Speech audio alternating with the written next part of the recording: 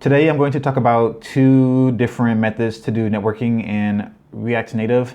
They're very basic, but these are the most popular ways that, that you'll see in JavaScript. One is fetch, and that's a built-in JavaScript API.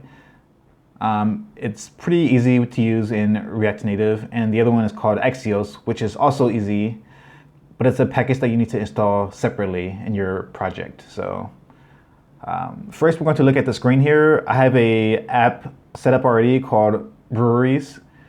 I just created this. It's very basic. Right now in the render function here, we're just showing a brewery list, and we pass the state, which is the actual list, to a function called show brewery list. And we have a flat list in here. A flat list, if you go to the documentation here for React Native, it's a built-in component. It's very popular in React Native. It has a lot of built-in features here, like separator support, pull to refresh, and more. You pass in the data and you pass in the item that you want to render. So let's go back to our code here. So we also have an item separator component. So I created a style here that represents the actual separator. So if we go down here, we have height of 1 and background color, it's a light grayish color. So we tell the item separator component prop what component we would actually want to show as the separator here, which is this view here. Very simple, nothing crazy here.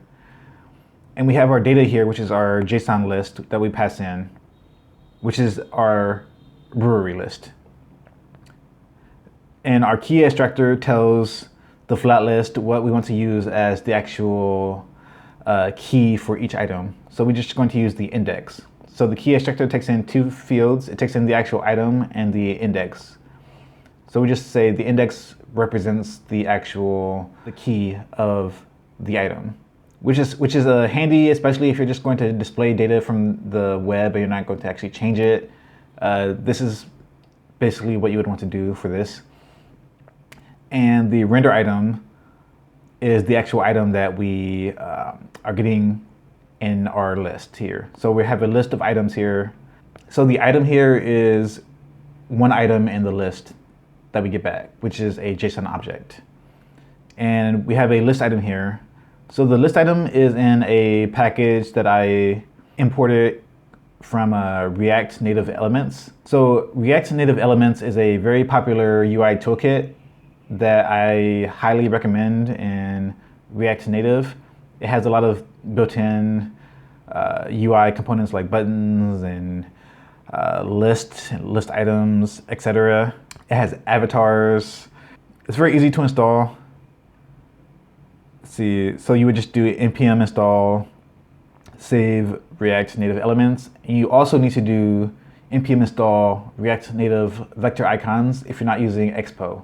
So that's something that you should not forget, because if you do forget and you're not using Expo, you will see an error, and then you'll have to do a lot of research online, and you'll eventually realize that you need to install this. So hopefully that'll save you some trouble there. So back to our app here, we have our list item here. Our list item takes in a few different props. The ones I'm going to use are title, subtitle, and actually that's it. I'm not going to use onPress. So I hope that all makes sense for the flat list. The flat list is very popular. It's a very useful way to show a list of data. So that is it for the brewery list here. If we go back to our app.js here, you see that we're using the navigator or the React navigation package here. So if you are not familiar with this, then please check out my other video on installing and using React navigation in your app. And you can see in the package.json here, I have React navigation, and you also need to install React navigation gesture handler, which I also talked about in the previous video on using React navigation in your app. So yeah, we only have the brewery list here, and that is all we actually need to do. So we have an app stack, initial route, name is app. Very straightforward. So let's go into our brewery list here. So the most basic way to get data from the web is to use a built-in API method called fetch. Fetch is part of the JavaScript API, and so you have a method here and you want to pass in the URL. So we have a URL here. So this is just a, this open API here is one that I found for free. I don't know if it's accurate or not, but I like to use it for testing out my JSON. So we do fetch and then we do the URL here. And then after that, we get back a promise. If you don't know what a promise is, I suggest you go look that up on the web. It's a way to say that you're going to do something and then you're going to get something back later. So it's a way to create like more asynchronous code. You're saying, okay, go fetch this data from the URL, and when it comes back, whenever that is in the future, then we're going to do something with that data here. So in our then here, we get back a response object. You don't really know what type of data this will be yet, but this is the first step to actually getting the data and displaying it. So, oops. So we get back that, and then we do the arrow function. And then this promise here needs to return something. So you want to return the response object, but you want to return the JSON that's inside of that response object. So this right here is very important to remember. Always return back something in your then callback here.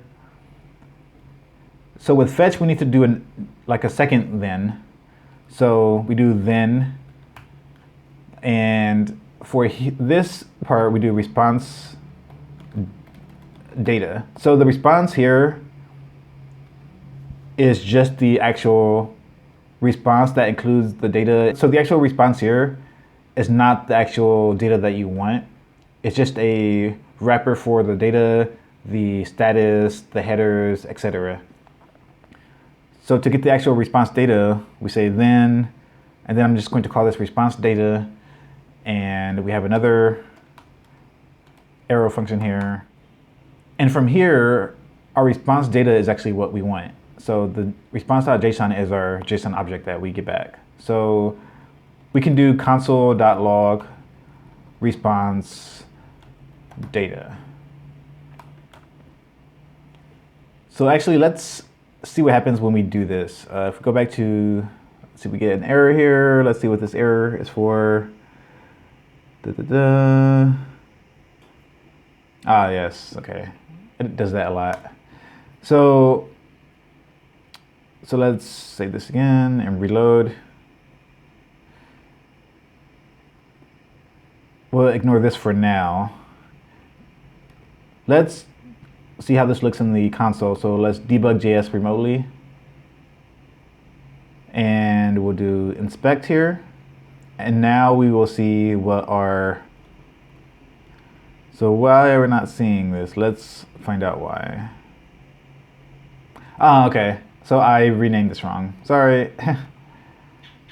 So now let's go back into the console here. And if we look at our console here, we see that we have a list of breweries here.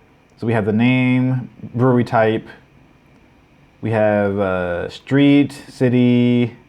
There's more. So let's dive into here. Street, city, lat long, phone, postal code, state.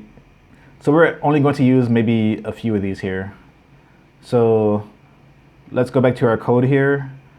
And what we want to do to actually show this in our app, we see that we're passing the state to our show brewery list, which right now is null. So to put our data into it, we need to set the state. So we've done that a little bit before. If you forgot how to do this, let's go over it. We do this dot set state, and then we have our previous state here. This could be called whatever you want to, but I just say previous state. And then we tell it what the new state should be. So we say brewery list, should be whatever the previous state is, dot brewery list equals the response data. So to go over this again really fast, we're saying fetch the data from this URL. Then when that response comes back, we take the data, the JSON data of that response, and then we set the state. Yep, let's get rid of that. And then we set the state of our current brewery list with that response data. So now our brewery list is this. So now let's see what happens when we save.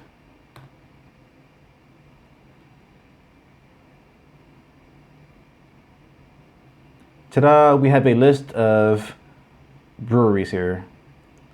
If you are a little bit confused about why the text is the way it is here, then in the list item here, we're using literal strings here, which means that we have the backticks tell it that we can put variables inside of our strings.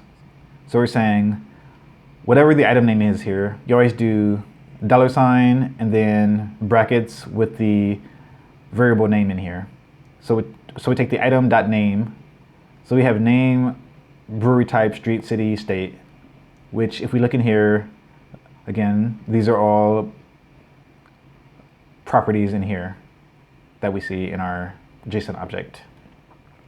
So we say item name, then we have parentheses, and then we have our brewery type here.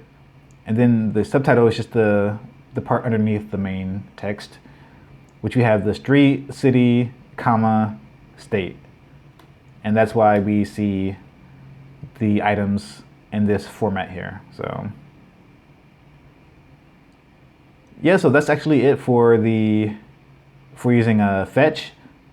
But there's actually a simpler way to write this code here. We can use the async wait pair. So we can do async, which tells React Native that this function here will be asynchronous. And we have to use a keyword called await, which tells React Native to wait for this to finish before moving on to the next line. So in this case, we don't need this here. We don't need the then lines here. We can do await here too. So we can say await. Oh yeah, we need to just call this something. So let's do await response equals fetch. Actually, sorry, constant response equals await. So we say this, whatever this is, we set it to the value after this comes back of this fetch command here. So here we can do constant response data equals await return.json. Await return, oops, sorry, goes await response.json. So then we wait for this to finish and we assign that to response data. So now, let's see, so now we can do this again. We save, and ta-da, we still get the exact same result with a lot less code. Let's remove this to do now. So you can see how that's a lot more compact. It's easier to read if you understand the syntax for async await. If you don't, then I would advise you to look over. So here there's MDM is a great site to actually get familiar with key concepts, especially with JavaScript. So here's a lot of information for fetch, and you can actually search for async await. And there is a lot of information here on async await, but it's basically the same as using a promise. like a JavaScript promise with then and catch and so on.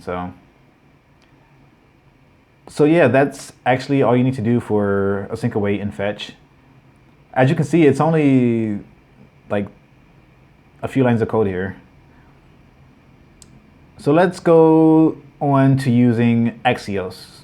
So if we look in the package.json here, I also included a package called Axios. And there's more information about Axios here. Let's see if we go up here. So we can see here it's a promise-based HTTP client for the browser in Node.js. It includes things on how to cancel request. It goes through the install process here.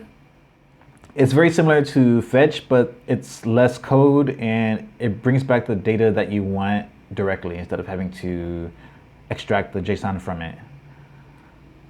So let's go back to our code here and we will comment this out for now. And for async, for Axios, the syntax is a little bit different, but not very different. We do Axios dot get, and here we pass in our same URL. So now we have our then syntax, which looks very familiar. And we have our response here. So in this case, we don't need to return anything because we have our data already. So we can copy and paste this here. So let's call this response. And the only difference here is that we can do response.data.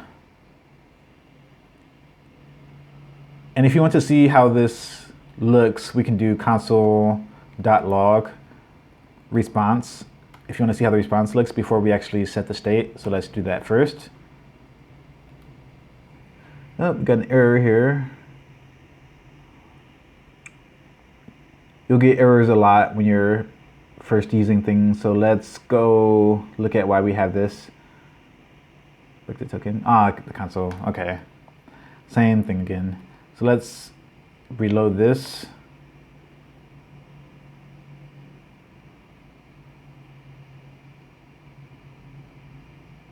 Okay. So if we go to our debugger here, let's actually rerun this.